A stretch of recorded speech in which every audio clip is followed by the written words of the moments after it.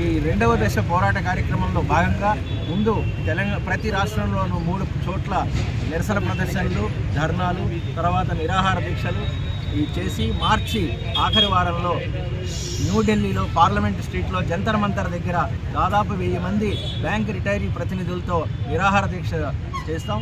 మార్చి 31 నాటికి కనుక మా సమస్యలపై కేంద్ర ప్రభుత్వం స్పందించకపోయినట్టయితే ఈ పోరాటాన్ని మరింత ఉధృతం చేసి సామూహిక నిరాహార దీక్షలకు ముందుకు వెళ్తామని ఏబీఆర్ఎఫ్ ఆల్రెడీ కేంద్ర ప్రభుత్వానికి విన్నవించడం జరిగింది.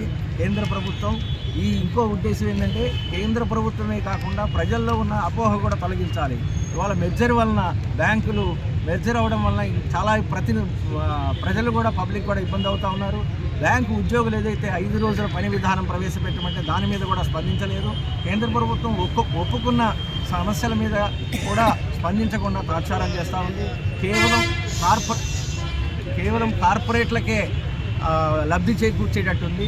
మేము బ్యాంకులో 4 దశాబ్దాలుగా ఎన్నో కష్ట నష్టాలు గుర్తించి గ్రామీణ ప్రాంతాల్లో పనిచేసి ఈ బ్యాంకులను లాభాల స్థాయిలో తీసుకొచ్చినటువంటి ఈ రిటైరీ ఉద్యోగుల యొక్క క్షేమాన్ని సంక్షేమాన్ని పట్టించుకోవాల్సిన బాధ్యత కేంద్ర ప్రభుత్వాన్ని ఉన్నదని చెప్పి గుర్తిరిగి దానికి ముందుకు వెళ్ళాలని చెప్పి కోరుతాం.